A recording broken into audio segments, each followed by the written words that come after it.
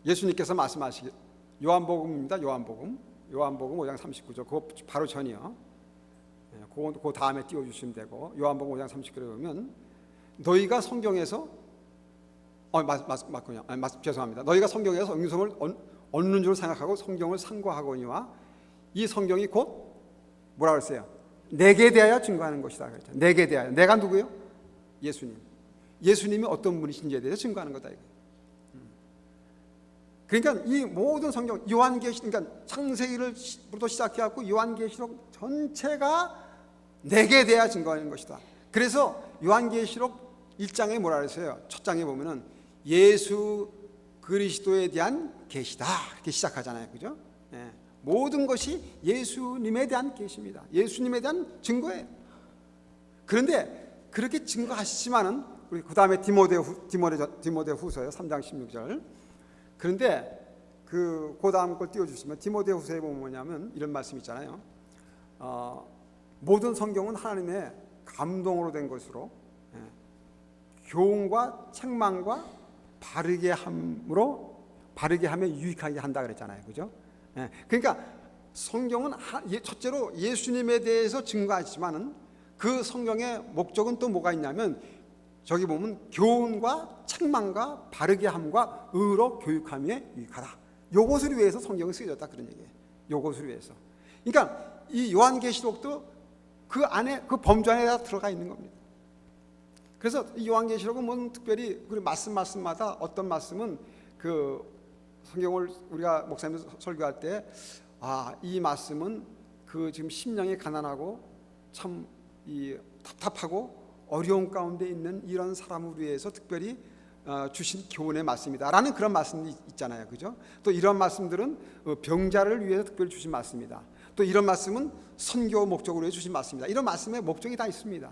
그런데 이 오늘 특별히 말씀한 이 요한계시록의 말씀은 그런 어떤 그 충격요법, 충격요법을 위해서 하나님께서 주신 말씀이지만 그러나 그 안에는 무엇이 들어가 있다? 그 말씀 안에는 예수 그리스도의 사랑과 하나님의 마음이 그 안에 들어가 있다는 걸 여러분 기억하시기 바랍니다. 그래서 이 보면은 그래서 이 이해하기 어려운 언어들이 많이 있다는 겁니다. 근데 우리가 그 안에서 뭔가 찾아내야 돼요. 찾아내야 된다는 거예요. 그래서 그 존 폴린 그 목사님이 그런 얘기를 하셨어요. 뭐라냐면 성경을 연구하다 보면 이해하려고 하려는 노력보다 더 큰 위험에 빠질 수 있는데 이해하려는 노력보다 더 큰 위험에 빠지는 것이 있는데 그것은 성경을 자의적으로 해석하는 것이다. 그러니까 내 마음대로 해석하는 것이다 그거예요. 그래서 어떨 때는 성경의 그 권위를 이용해서 우리 자신의 나의 의견을 관철시키려는 유혹을 받으면서 우리는 우리 생각에 부합되는 증거들에만 집착하고 그렇지 못한 것들은 무시해버린다. 그러니까 다시 말해서 내 입맛에 맞는 것만 내가 취하고 내 입맛에 별로 맞지 않는 건 다 버린다 그런 얘기예요. 혹시 우리가 그러지 않습니까? 내 입맛에 이건 안 맞아. 이건 그러니까 하나님의 말씀이 아닐 거야. 이것은 우리 재림교단이 가르치는 그런 거하고 좀 맞지 않는 것 같아. 그러니까 이거는 아닌 거야. 이렇게 그냥 자의적으로 해석하고 무시해버리는 그러한 경향. 그래서 이 목사님이 얘기하신 게 뭐냐면 나는 성경을 연구할 때 큰 문맥 속에 나타난 분명한 가르침을 바탕으로 성경 말씀의 본뜻을 찾아가는 방법을 배웠다. 이분이 신학자예요. 나름대로 우리 교단에서는 우리 재림교단에서는 이 요한계시록의 최고 권위자입니다. 존 폴린 교수님은 최고 권위자예요. 그래서 얼마 전에 한 10년 전에 그 요한계시록을 다시 재해석하는 그런 일이 있었을 때 대총회에서 특별히 이분을 초청해서 이분이 그 연구위원회 그 주필로 활약하시던 분이에요. 그러니까 이 성경의 그 나름대로의 그 지식에 대한 굉장히 회박하신 분입니다. 근데 이분이 한 말씀이에요, 이게 지금. 나는 뭐라고요? 성경 말씀의 본뜻을 찾아가는 방법을 배웠다. 이 방법을 언제 배웠냐면 이분이 우연히 여호와의 증인과 우연히 대화할 기회가 있었다는 거예요. 그 대화하는 중에서 여호와의 증인들 한번 대화해 보신 적 있죠? 내 얘기만 하잖아요, 그분들. 그죠? 내 얘기. 다른 사람 얘기는 안 듣잖아요. 내 얘기만, 그것도 어떤 얘기야? 딱 그 가르쳐 준 얘기, 그죠? 딱딱딱 뽑아가지고. 그러니까 다른 사람 얘기는 전혀 들으려고 그러지 않아. 내 얘기만 하면 끝. 그건 전도가 아니잖아요. 그건 하나님의 방법이 아니잖아요, 그죠? 근데 그것을 그분하고 그러한 그 일을 통해서, 그래서 그분한테 제안을 했답니다. 자, 이제 우리가 그러면 그렇게 하지 말고 나하고 당신하고 같이 신약 성경을 처음부터 끝까지 한번 쫙 같이 한번 읽어봅시다. 읽으면서 우리가 그 안에서 하나님의 말씀의 본뜻이 뭔지를 한번 찾아내는 것이 어떻겠습니까? 라고 제안을 했답니다. 그랬더니 그 사람이 동의했답니다. 그래서 그렇게 해나갔는데 오히려 그렇게 한 것이 그 여호와의 증인 그 사람에게는 어떤 도움이 되는지 잘 모르겠지만은 그 후에 소식이 없대요. 근데 존 폴린 그 목사님의 본인에게는 엄청난 큰 은혜와 다시 성경을 보는 그런 계기가 됐다라고 이렇게 고백을 했어요. 아멘. 네? 난 그 말씀이 너무 좋았어요. 그래서 그러므로 성경의 그 기자들이 그 각 성경을 통해서 전달하고자 했던 그 원래의 뜻을 우리는 그것이 뭔가를 찾기 위해서 우리는 성경을 읽을 때 노력해 볼 필요가 있다는 거였어요. 그래서 그 사도행전에 그랬잖아요. 그 뭡니까? 날마다 그 말씀이 그런가 하여 말씀을 매일매일 상고하더라. 그러니까 그 상고하더라는 그 상고는 영어로 스타디입니다. 스타디. 그러니까 그 읽는다는 말이 아니에요. 그냥 읽는다는 말이 아니고 그 말씀을 집중적으로 연구한다는 겁니다. 예. 여러분 그렇게 집중적으로 말씀을 연구합니까? 예. 어제 우리 송양은님 금요 우리 그 설교하시는데 제가 좋은 감동을 받았어요.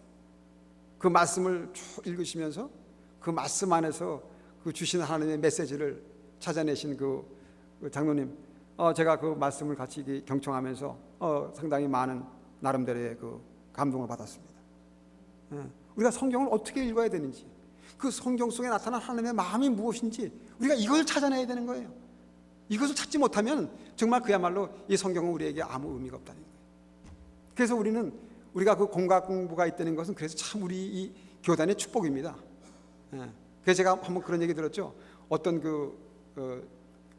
개신교의 그 장로님인가 집사님인가 모르겠는데 난 안식일 교회 그 공부하는 거 그것이 굉장히 부럽다라고 저한테 직접 얘기하신 분이 있었어요. 그 모텔에 경영하는 사장님이었습니다. 여러분 아마 기억하실 거예요. 중요합니다. 그러나 우리가 이것을 어떻게 스타디하느냐 이게 굉장히 중요합니다. 그리고 이 이상한 이 상징적인 것들, 이 무시무시한 이런 황충과 정갈로 사자와 이런 것들이 나오는데 이 속에 도대체 어떤 하나님의 마음이 감춰져 있느냐 이것을 우리가 찾아내야 되는 거예요. 근데 이것은 내가 그걸 찾아내려고 노력만 해서 되는 게 아니야. 그래서 우리가 성경을 볼 때는 기도해야 되는 거예요. 주님, 내가 이제 주의 말씀을 펴니다. 이 말씀 안에 계시된 하나님의 마음을 내가 들을 수 있도록 말씀의 주인이신 성령님 내 안에 역사하여 주시옵소서. 그 기도를 꼭 해야 됩니다. 그럴 때 하나님께서 그 기도를 들으십니다. 그래서 어떤 방법으로든지 그 말씀을 해석해 주십니다. 저는 그걸 많이 경험했어요. 그래서 오늘 보니까 이마에 인이라는 말이 나와요. 이마에 인친 자들은 해하지 말라. 그렇죠? 예. 그게 말씀이 나옵니다. 그게 4절 정도에 나오는데, 도대체 여기서 우리가 찾아야 되는 이 키워드가 이 하나님의 인이에요. 첫 번째로. 근데 이 하나님의 인이 도대체 뭐냐? 이건 영어로 말하면 seal입니다. seal, S-E-A-L. seal입니다. seal을 딱 쳤다는 거예요. 그 입맞은 자. 여러분은 혹시 여러분이 스스로 생각할 때 여러분은 입맞은 자입니까? 혹시 나는 인을 맞았어. 만약에 인을 맞았다면 뭐예요? 만약에 인을 맞았다면 이 어떠한 이러한 무시무시한 그런 상황이 여러분 앞에 만약에 나타난다 할지라도 두려워할 게 있어요? 없어요? 전혀 없어요. 왜냐하면 뭐라고 그랬어요? 여기 뭐라고 그랬어요? 아까 이마에 입 맞은 사람들은 뭐 하지 말라? 해하지 말라. 그런데 이게 참 기가 막힌 게 뭐냐면 그 황충으로 전갈로 상징된 그 사탄의 세력을 얘기합니다. 요거는 황충으로 전갈로 상징된 마귀의 세력, 극한적인 마귀의 세력, 성경에서 표현된 가장 무시무시한 마귀의 세력, 종말론적인 마귀의 세력입니다. 이거는 우리 인간의 힘으로는 감당이 안 돼요. 미안한 얘기지만 내가 아무리 힘이 좋아도 이것을 내가 감당할 수가 없어. 내가 아무리 지적인 능력이 뛰어나도 이것은 내가 어떻게 감당하지 못합니다. 근데 참 재밌는 게 뭐냐면 이 세력이 뭘 알아본다는 거냐면 하나님의 입맞은 자를 알아본다는 거예요. 예? 이마에 입맞은 자를 갖다 이 황충과 전갈, 이 마귀의 세력이 이걸 알아본다는 겁니다. 나는 소원하기를 이 무시무시한 때가 혹시 올 때, 그것이 언젠지 모르지만 그 마귀의 세력이 여러분 하나하나를 입맞은 자로 알아보게 되기를 축원합니다. 만약에 그렇지 아니하면 우리 모두에게 희망이 없어요. 절망입니다. 어떤 절망이에요? 내가 너무 고통이 심해서 죽기를 내가 구해도 뭐예요? 죽음이 나를 피해간다고. 우리가 그렇잖아요. 너무 아플 때는 죽었으면 좋겠어 그러잖아요. 죽었으면 좋겠어. 근데 죽지도 못한데 너무합니까? 그런데 희망이 있잖아요. 분명한 것은 뭐냐면 내가 이마에 입 맞기만 하면. 근데 그 이마에 입 맞는 것이 뭐냐? 이제 하나하나 우리가 성경을 볼 때 에베소 4장 30절 띄워주십시오. 에베소 4장 30절. 네. 여기 뭐라 그랬어요? 하나님의 성령을 근심하게 하지 말라. 그 안에서 너희가 구속의 날까지 뭐 받았다? 인치심을 받았다. 인치심을 받았다. 또 그 다음에 디모데후서 2장 19절. 디모데후서 2장 19절. 그 다음 거요. 디모데후서 2장 19절. 그러나 하나님의 견고한 터는 섰으니 인침이 있어 일렀으되. 뭐가 있어 일렀으되? 인침이 있어. 다 똑같습니다. 다 C이에요. 똑같은 인입니다. 그 다음에 시간상 다 안 합니다. 고린도후서 1장 22절. 저가 또한 우리에게 뭐 치시고 인치시고 보증으로 성령을 우리의 마음에 두셨습니다. 이제 마지막으로 로마서 8장 9절이죠. 이제 결론입니다. 만일 너희 속에 하나님의 영이 거하시면 너희가 육신에 있지 아니하고 영에 있나니. 누구든지 뭐가 없으면, 그리스도의 영이 없으면 그리스도의 사람이 아니다. 분명합니까? 인이 나오고 그 인의 그 어떤 그 확실한 그 근거, 개런티가 뭐라고요? 그리스도의 영, 그 성령을 얘기했어요. 그래서 여러분이 성령을 꼭 받아야 되는 이유가 여기 있는 거예요. 꼭 성령을 받아야 돼. 이것은 받아도 되고 안 받아도 되고 이런 문제가 아니야.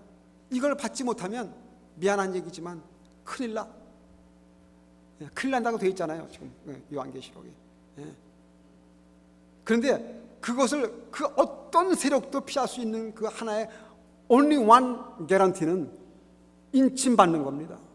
그 인침은 바로 성령의 인침을 성경은 분명히 우리에게 말씀하고 있습니다. 그래서 그리스도의 영이 없으면 그리스도 사람이 아니라는 얘기는 바꿔 말하면 예수를 믿지만은 미안한 얘기지만 내가 예수를 믿는다고는 하지만은 그리스도의 영이 없으면 내가 예수와는 아무 상관이 없는 사람이다, 그런 뜻이에요. 영어로 하면 none of his. none of his. 그분과 아무 관계가 없어. none of his. nothing이야. 자, 우리가 예를 들어 봅시다. 어떤 사람인가? 그런 사람이 대표적인 케이스가 제가 두 사람만 얘기합니다. 성경에서 여러분 너무 잘 아시죠? 베드로와 가룟 유다가 있어요. 그죠? 똑같이 예수님을 배신했어요. 똑같이 예수님을 배신했어요. 맞습니까? 그런데 한 사람은 회복이 되고 한 사람은 끝까지 회복이 안 됐어요. 이거 우리에게 굉장히 큰 교훈을 주는 말씀입니다. 근데 문제는 뭐냐면 베드로는 그 예수님의 그 눈빛을 보고 그냥 무너졌잖아요. 그래 나가서 뭐 했다고? 통곡했다고 그랬잖아요. 그 통곡했다는 말의 의미는 뭐냐면 그 죄, 자기가 예수님을 배반한 그 죄에 대한 아주 그 죄에 대한 그 슬픔을 갖다 그 통곡으로 표현한 거예요. 너무 슬픈 거예요. 내가 어째서 이분을 내가 이렇게 배반했나. 그 자기 자신의 그 잘못된 것에 대한 철저한 뉘우침입니다. 그야말로 영어로 truly sorry for sin, truly sorry for sin. 그 죄 자체에 대한 슬픔이에요. 죄 자체에 대한 슬픔. 그런데 가룟 유다가 한 행동은 뭡니까? 은전 다 던져버리고 나가가지고 내가 무죄한 피를 흘렸다고 얘기했잖아요. 하기는. 그런데 뭐냐면 그것은 그 죄, 내가 예수님을 팔은 그 자체에 대한 슬픔이 아니야. 그 슬픔에 대해서 그렇게 얘기한 게 아니고, 잘 들으세요. 내가 예수 그리스도, 저분 하나님의 아들, 저분을 팔은 결과, 죄에 대한 결과에 대한 두려움 때문에 그렇게 부르짖었어요. 이것은 내가 얘기하는 것이 아니고 엘렌 G. 화이트는 정로의 계단에 그렇게 표현했습니다. 예수 그리스도 하나님의 아들을 팔은 그 죄로부터 올 결과, 아시겠어요? 그 죄로부터 올 결과의 두려움 때문에 그가 그렇게 얘기하고 결국은 자살했잖아요. 그런 사람 구약에 또 있어요. 이 발람에 그래서 발람이 하나님의 백성들을 갖다 팔아먹고 두 가지 마음 품은 사람, 이 발람 같은 사람 또 있습니까? 아나니아와 삽비라 같은 사람들, 이런 사람 얘기해요. 그들이 예수를 믿었어요, 안 믿었어요? 예수님 믿었어요. 근데 그 죄에 대한 철저한 인식이 없었다는 거예요. 그것이 오늘 그 요한계시록 전장을 통해서 우리에게 주시는 그 경고의 말씀이지만, 그러나 하나님께서는 그러나 내가 너희들이 그러한 그 사람이 되기를 원하지 않느냐. 나는 너희들이 살기를 원한다. 오늘 여기 보면 이 아바돈 아불론이라는 말이 나오죠. 아바돈 아불론이라는 말이 나오네. 보면은 그게 뭐냐면 파괴자입니다. 그래서 사탄은 증오하고 파괴하고 멸망시킵니다. 그것이 본성이에요. 근데 예수님은 어떻게 해요? 사랑하시고 우리를 세우시고 우리를 구원하시기 위해서 지금도 성령을 통해서 애쓰고 계신다는 거예요. 재밌는 얘기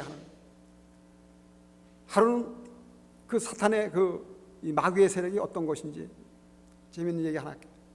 그 개구리하고 정갈이 지금 이 강물이 막 불어나가지고 어떻게 이 다리를 건널 수가 없어. 제 길로는 갈 수가 없어. 그러니까 그래도 개구리는 갈 수 있어 없어? 개구리는 갈 수 있잖아요. 헤엄치니까. 근데 정갈은 못 가. 정갈은 못 가. 그러니까 이 전갈이 개구리한테 우아합니다. 개구리한테 하는 얘기가, 네가 날 좀 업어서 저기 좀 건너줄 수 없니? 그랬더니 개구리가 뭐라고 그랬겠어요? 나도 그러고 싶은데 네가 혹시 내가 널 등에다 업고 가다가 네가 날 갖다가 탁 쏘면 나 죽잖아. 그러니까 내가 너 알기 때문에 내가 미안하지만 못하겠어. 그렇게 개구리가 얘기를 합니다. 그랬더니 정갈이 뭐라고 그러겠어요? 정갈이 지혜가 있어요. 이 마귀도 지혜가 있습니다. 우리보다 훨씬 지혜가 있어요. 그 마귀가 뭐라고 그랬어요? 전갈이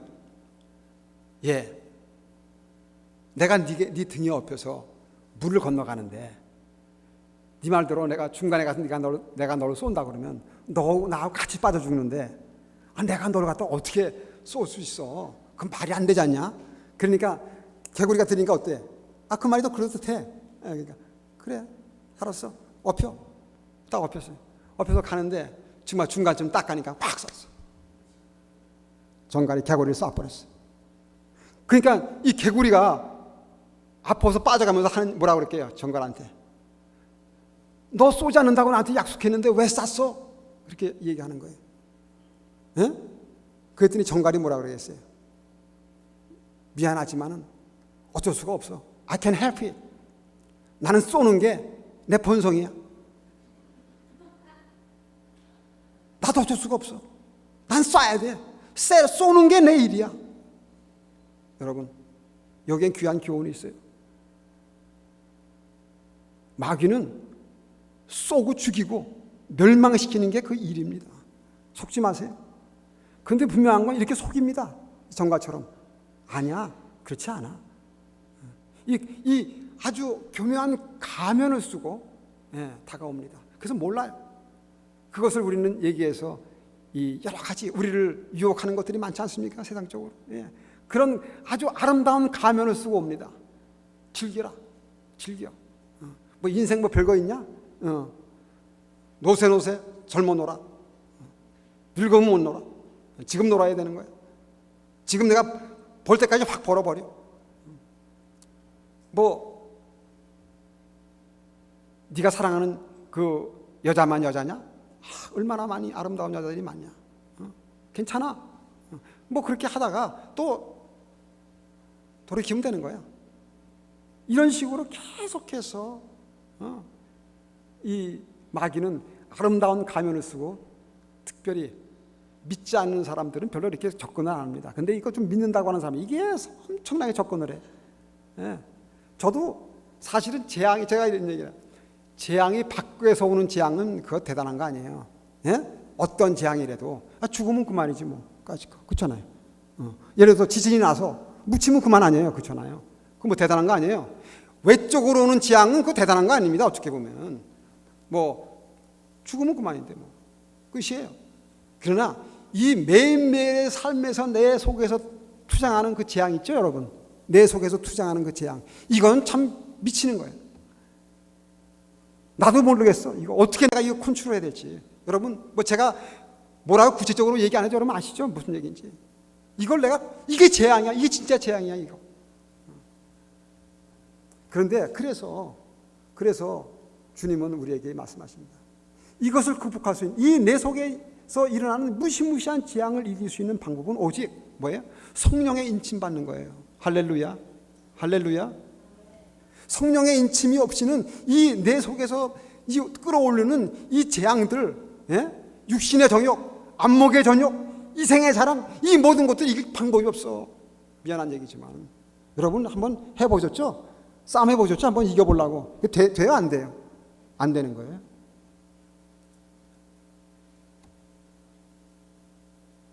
뭐 맛있는 거 있는데 저 사람이 나보다 한 개 더 먹어. 그 정도만 돼도 어떻게 해? 눈이 세축해지잖아.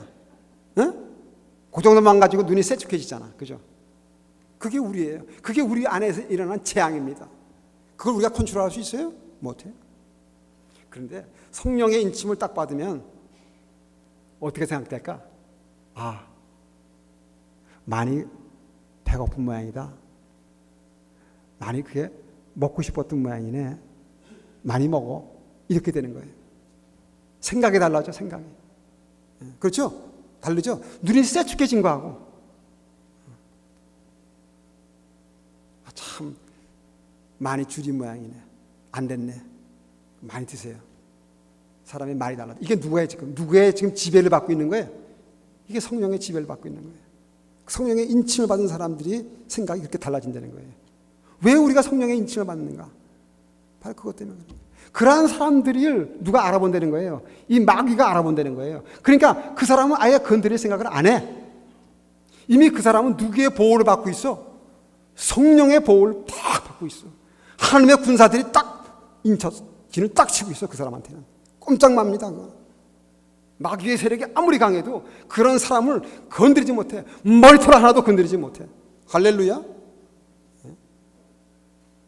믿으십니까?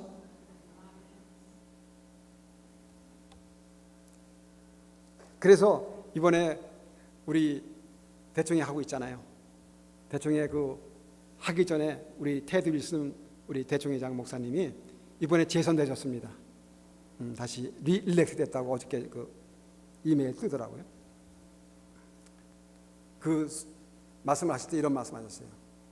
그 메시지를 간단한 메시지를 하는데 거기에 3번을 성령을 언급했어요. 첫 번째는 성령의 능력으로 말미암아, 두 번째는 성령의 놀라운 역사로 말미암는, 세 번째로 성령을 주심으로 말미암는. 이 말씀을 짧은 메시지 동안 3번을 언급하셨어요.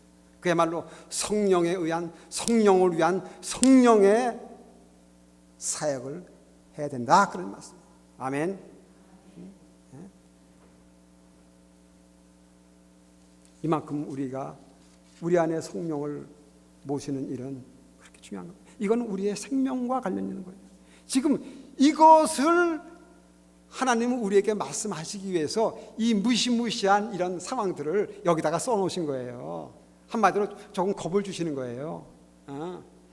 뭐 하라고? 성령의 인침 빨리 받아라. 더 늦기 전에, 그 얘기입니다. 근데 문제는 뭐냐면, 이제 오늘 제가 말씀을 마치면서 아까 마지막에 보면 여전히 뭐 한다고? 복수라고. 여전히 그 마지막에 그 9장의 마지막에 그 말씀에 그 내용이 있죠. 뭐라고 그럽니까? 이 재앙에 죽지 않고 남은 사람들은 그 손으로 행하는 일을 회개치 아니하고 그랬어요. 회개하지 않는다는 거예요. 끝까지 회개하지 않는다는 거예요. 때로는 우리가 회개한다고 하지만 사실은 우리가 어떤 의미에서 진정한, 아까 말씀드린 우리가 과연 베드로의 회개를 하느냐 아니면 가룟 유다의 회개를 하느냐, 우리 스스로가 한번 점검해 볼 필요가 있어요. 아시겠습니까? 오늘 제가 종말론적인 현실 점검이라는 제목을 붙인 이유가 그겁니다. 내가 성령을 받았느냐, 이걸 점검해야 돼. 그리고 내가 진정한 회개의 경험을 내가 지금 매일매일 점검하고 있느냐, 그겁니다. 그것이 바로 종말론적인 현실 점검이에요. 이것이 빨리 제대로 점검이 안 되면 이게 이러다가 우왕좌왕하다가 오늘 예수님 오시면 난 어떻게 되는 거예요? 난 어떻게 되는 거야? 내가 더 이상 얘기하지 않겠습니다. 그래서 우리의 삶에서 마지막으로 우리의 경고하는 것은 뭐냐면 진정한 회개가 있어야 된다는 거예요. 진정한 회개. 근데 그 진정한 회개는 어떤 회개냐? 요 말씀하시기 전에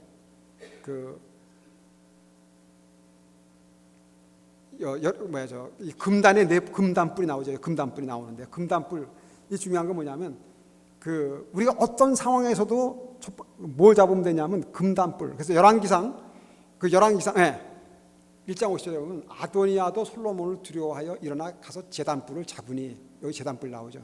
근데 요 계시록에도 똑같이 나옵니다. 여기 어디 나오냐면 여섯째 천사가 나팔을 불며 내가 들으니 하나님 앞 금단 넷불에서, 이 금단 넷불과 제단불 같은 얘기예요.